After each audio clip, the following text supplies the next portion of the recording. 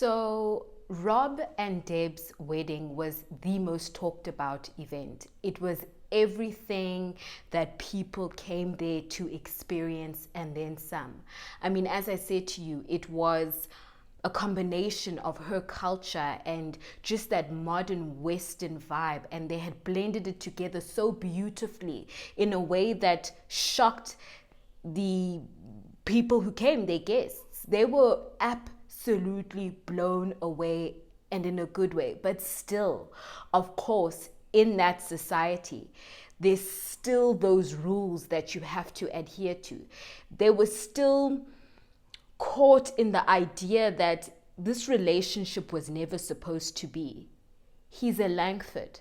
Don't forget that. His father is a well-respected man in society. He was a senator.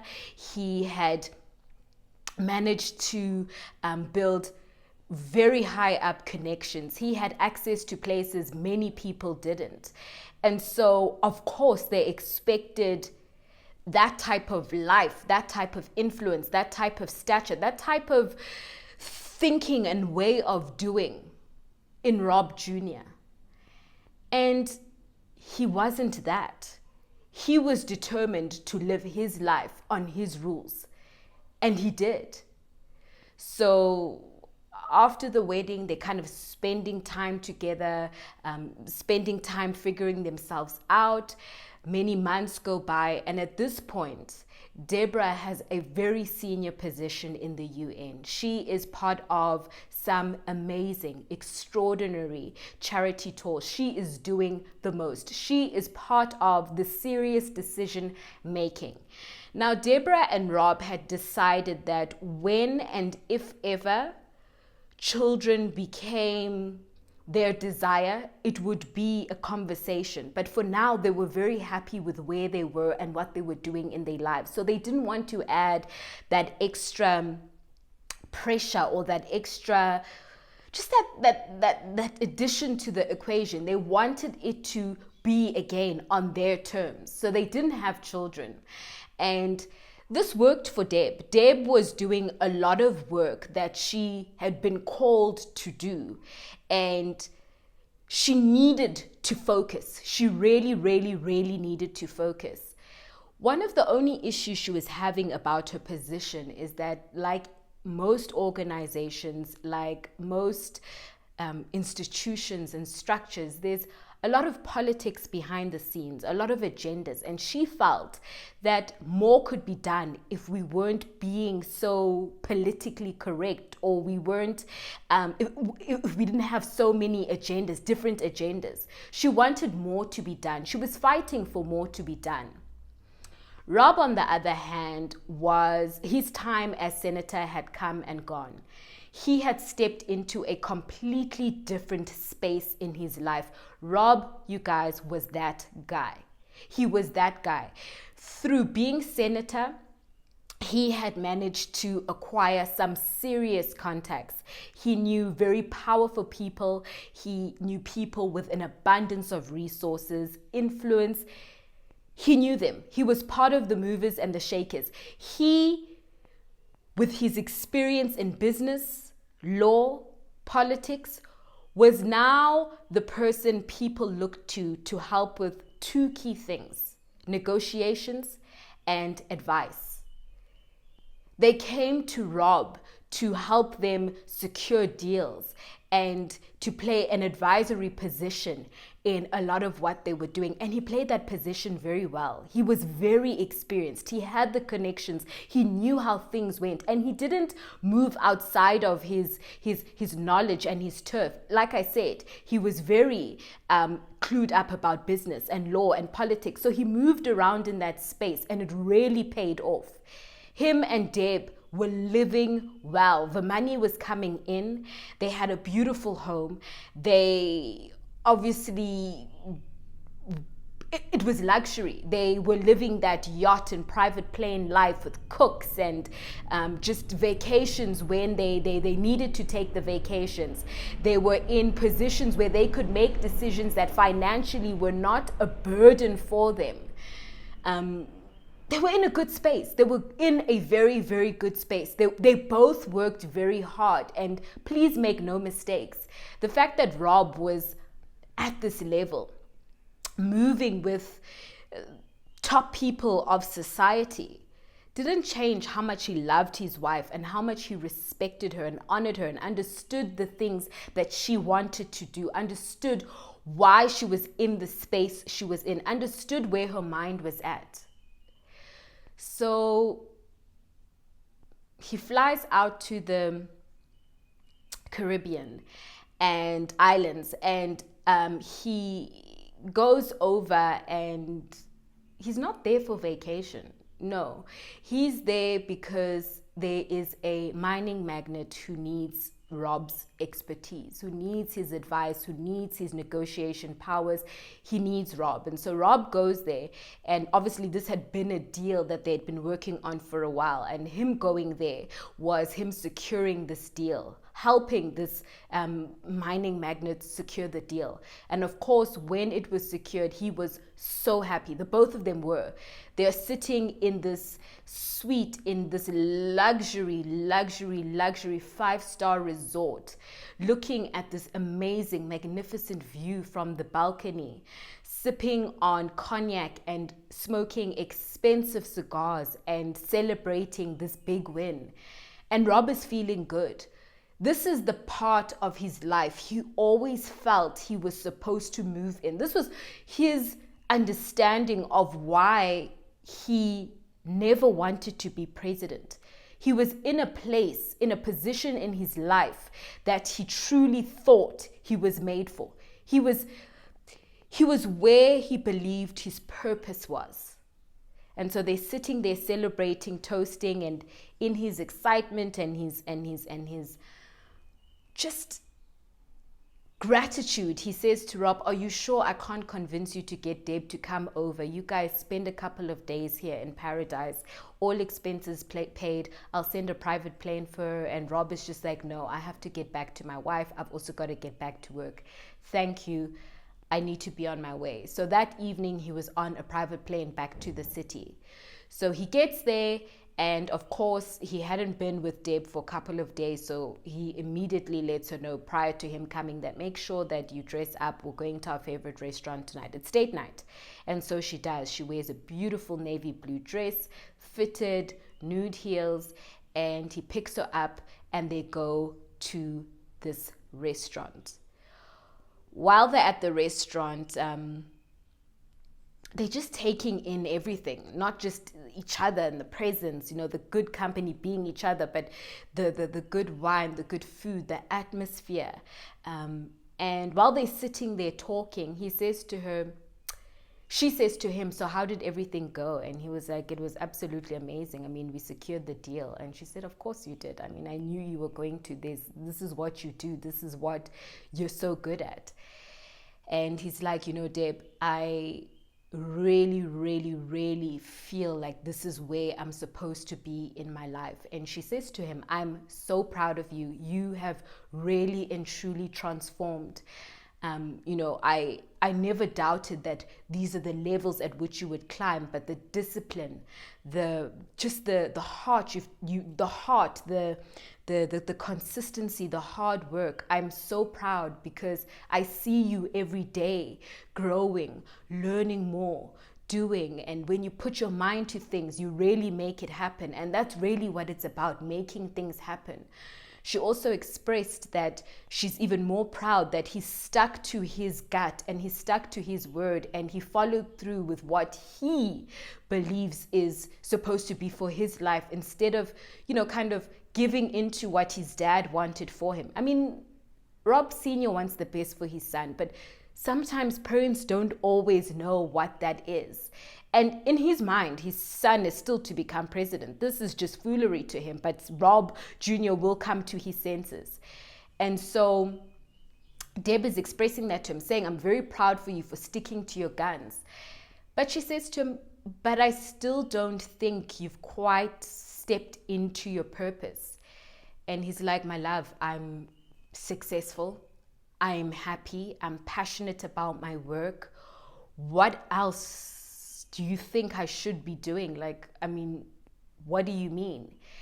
And she says, I can't explain it to you, but it's just a feeling. Do I feel you're on the right path? Absolutely. Passion leads to purpose. But I feel like you haven't arrived where you're supposed to be. Kind of leave that conversation alone, continue to enjoy the evening. And now it's time for dessert.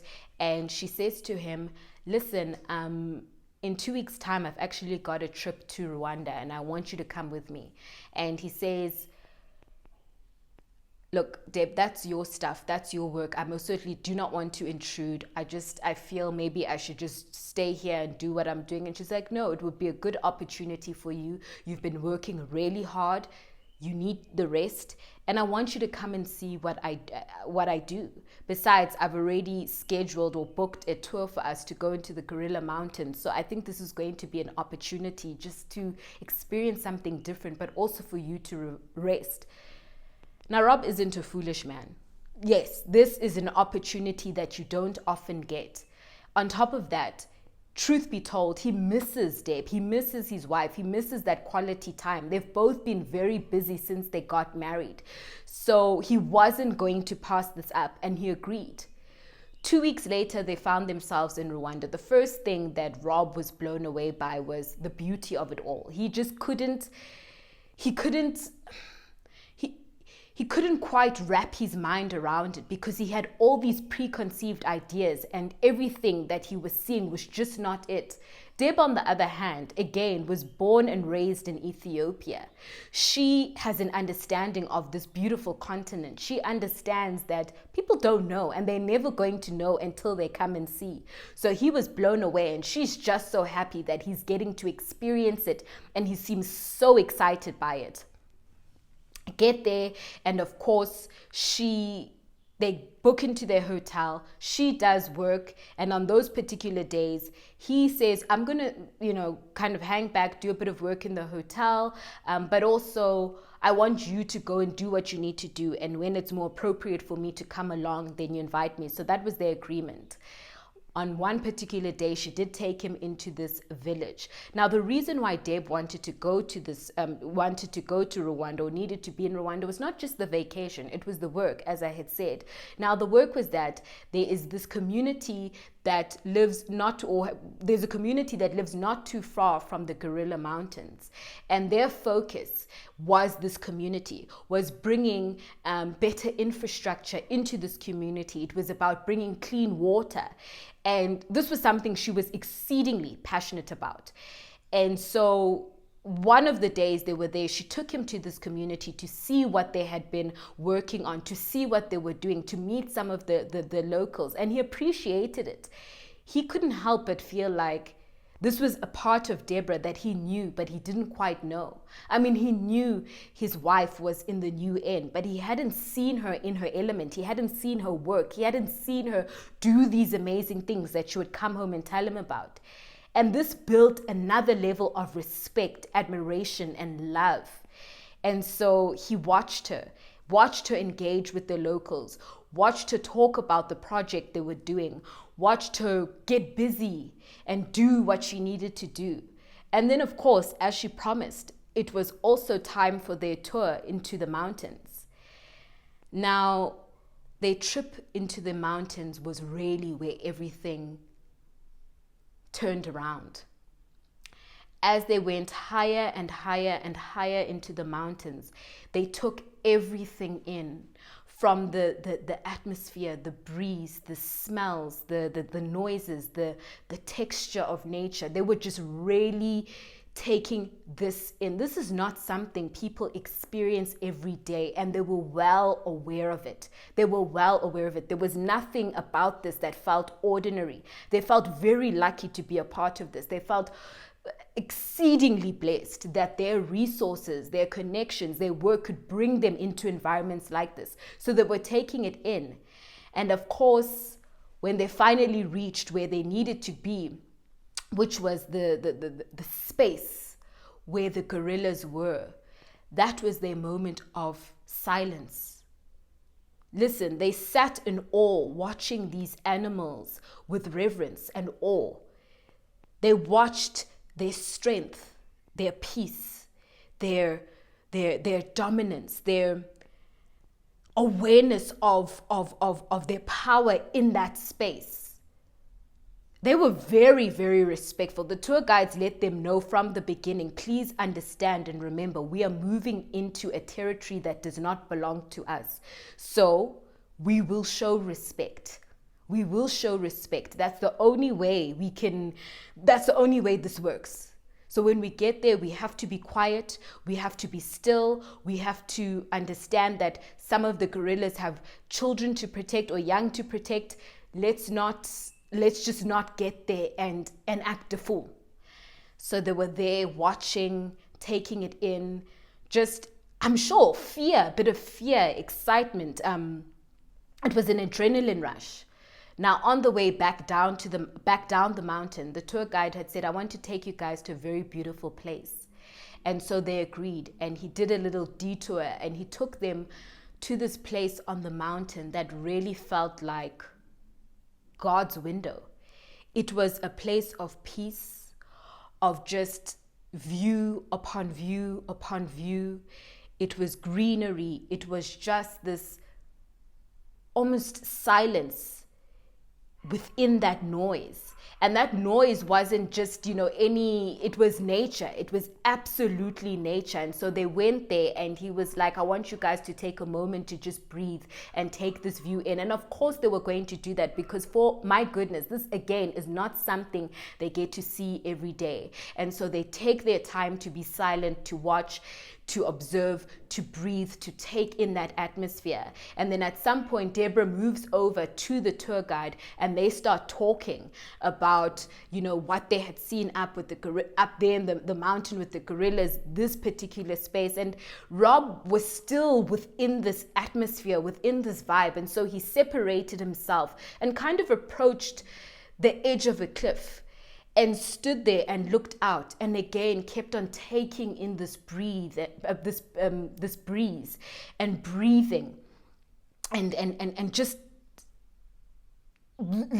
looking at this view that, my goodness, he had never seen in his life. And that's when something happened. That's when something shifted.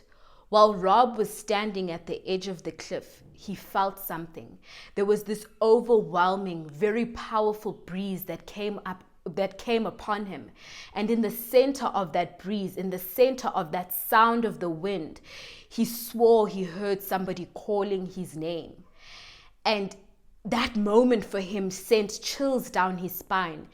He paused and tried to figure out, is somebody calling my name? And in that moment, he kept on feeling, look at Deb, look at Deb, look at Deb. And he turned around and he looked at his wife. And he had this feeling of, that's it.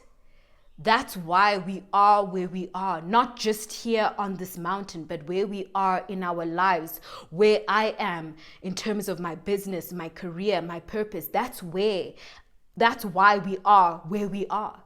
It's Deb. It's always been Deb. It's within Deb. There's something in Deb. It's about Deb. He didn't know how else to explain it, how else to articulate it, but he got this feeling that it's all about Deb. It's within Deb. It is Deb. Now, he didn't say anything to her while they were on the mountain. He was still trying to make sense of what this was, what this feeling was.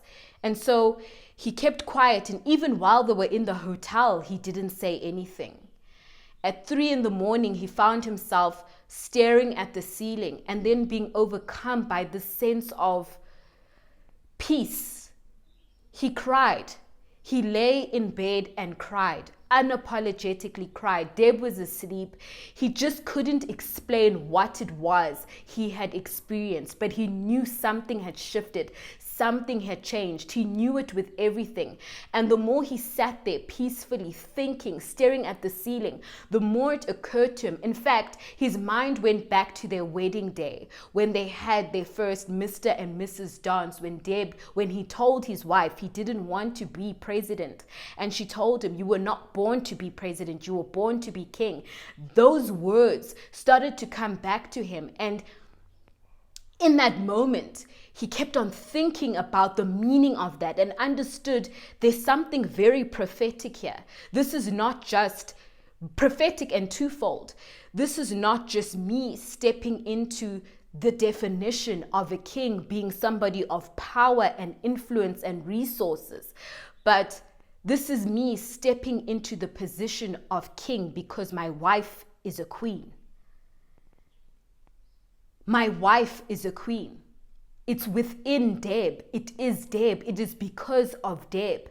And he lay there crying. At some point, he stood up and he walked around the hotel room. He was trying to just make sense of it. He didn't know what it was. The following morning, they were sitting down having breakfast. And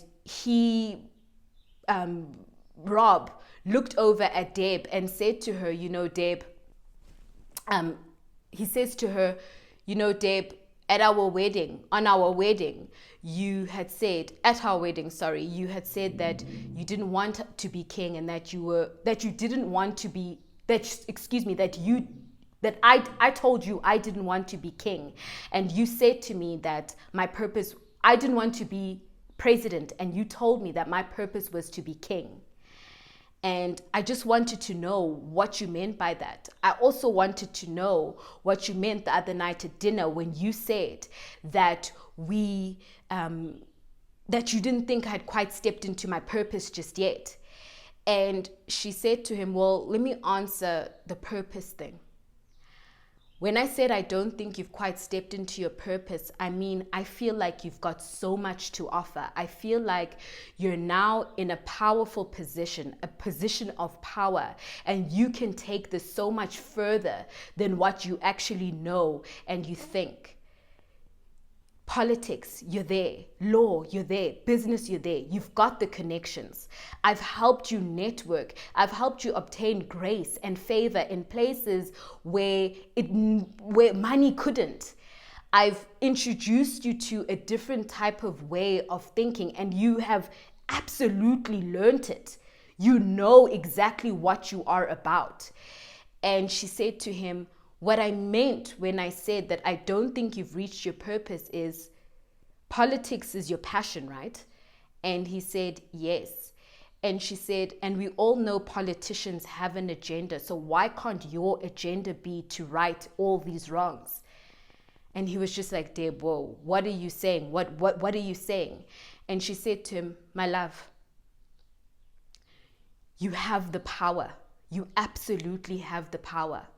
Anyway, when we get back to the city, I want to take you to this place. It's a property. I've been looking at different properties over the months, and I was going to tell you about it. I want you to consider perhaps opening up your own firm, and this property is the perfect place for it. I think that you can use your ability, your gift of negotiations or negotiating and playing that advisory role to change a lot of things, to dismantle and rebuild structures, systems, institutions. I believe that's what you're supposed to do. He sat there and he looked at her talking in awe, like, my goodness, why wasn't this something I was thinking about? And why is she so ahead in terms of this type of thinking? Is this what she was always thinking? She said to him, I know you don't see it yet, but I really do believe that you're going to play the role of some sort of political and business fixer. I'm not talking about, our favorite series here and all the other ideas you may have. No, I'm talking about actual fixing. Not cleaning up or hiding, fixing, rebuilding.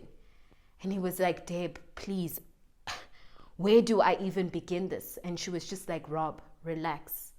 I'll show you.